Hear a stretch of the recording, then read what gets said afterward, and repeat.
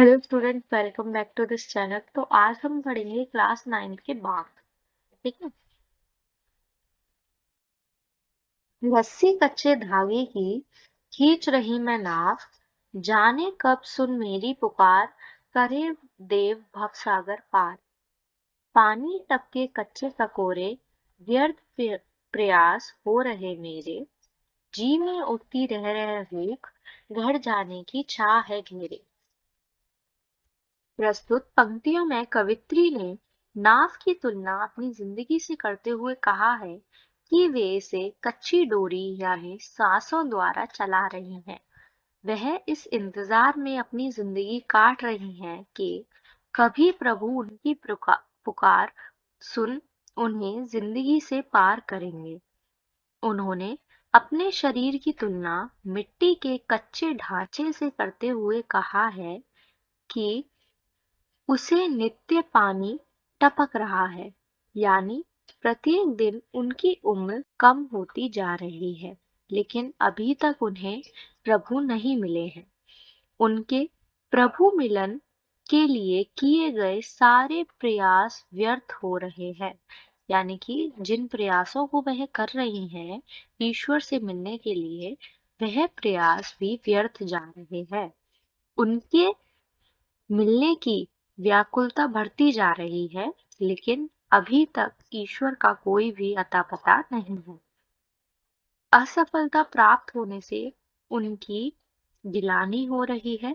उन्हें प्रभु की शरण में जाने की चाहत घेरे हुए है। कहते, खा खाकर कुछ पाएगा नहीं, ना खाकर बनेगा अहंकारी।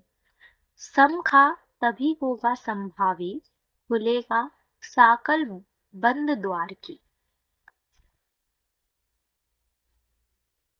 इन पंक्तियों में कवित्री ने जीवन में संतुलन की महत्वता को स्पष्ट करते हुए कहा है कि केवल भोग उपभोग में लिप्त रहने से किसी को कुछ भी हासिल नहीं होगा।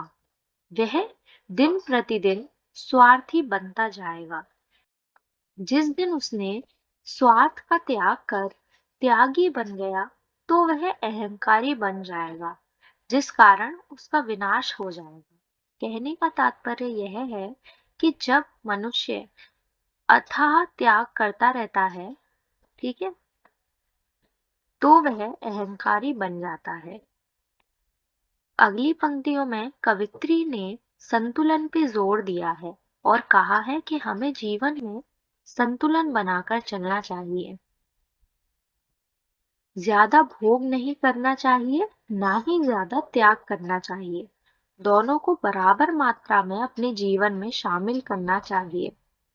इस कारण हमारे हृदय में उदारता आएगी और हम अपने पराये से उठकर अपने हृदय के द्वार को पूरे संसार के लिए खोल पाएंगे। आई सीधी राह से गई न सीधी राह, सूक्ष्म सेतु पर खड़ी थी, बीत गया दिन आहा। जेब टटोली कौड़ी न पाई, माझी को दूं क्या उतराई। वह कवित्री बताती हैं कि उन्होंने अपने जीवन को पूरी तरीके से समाप्त कर चुकी हैं। ठीक है, वह अपने जीवन के अंतिम पड़ाव पर हैं।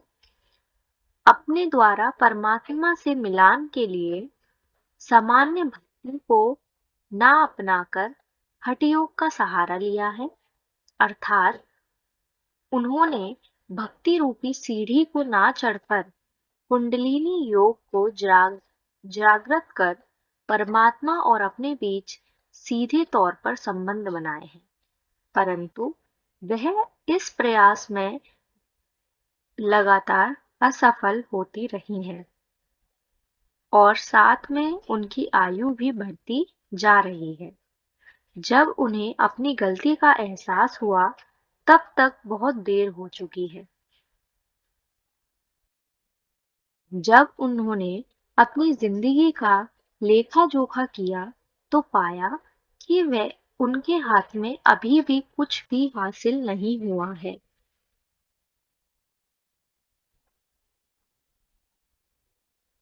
अब तो उसे परमात्मा से मिलने हेतु भक्ति भवसागर के पार ही जाना होगा।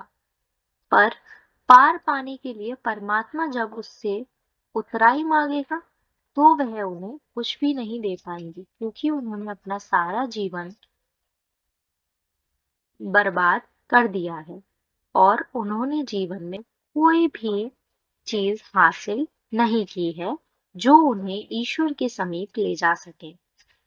उन्होंने अपनी जिंदगी में ना कोई पुण्य का कर्म किए, ना ही कोई उदारता दिखाई। अब कवित्री अपनी इस व्यथा पर पूर्ण पछतावा कर रही हैं कि अब जब वह इस सीढ़ी पर खड़ी हैं और भव सागर को पार करना चाहती हैं, तो वह माझी के को कोई भी उतराई नहीं दे पा रही है। थल थल में बसता है शिव, भेद न कर क्या हिंदू मुसलमान, ज्ञानी है तो स्वयं को जाने, वही है साहिब से पहचान। यानी कि यहाँ कवित्री ने बताया है कि मनुष्य के हर कण में ईश्वर समाया हुआ है, वह सबके हृदय के अंदर मौजूद है। इसलिए हमें किसी व्यक्ति से हिंदू मुसलमान जानकर भेदभाव नहीं करना चाहिए। अगर कोई ज्ञानी है तो उसे स्वयं के अंदर झांककर अपने आप को जानना चाहिए। यही उसकी ईश्वर से मिलान का साधन बन सकता है। कहने का तात्पर्य यह है कि अगर मनुष्य स्वयं को जान लेगा तो उसे ईश्वर के भी दर्शन हो जाएंगे। Thank you. इस वीडियो में इतना ही। अगर आपको वीडियो पसंद आई हो तो इसको लाइक एंड सब्सक्राइब करें और ज्यादा से ज्यादा शेयर करें।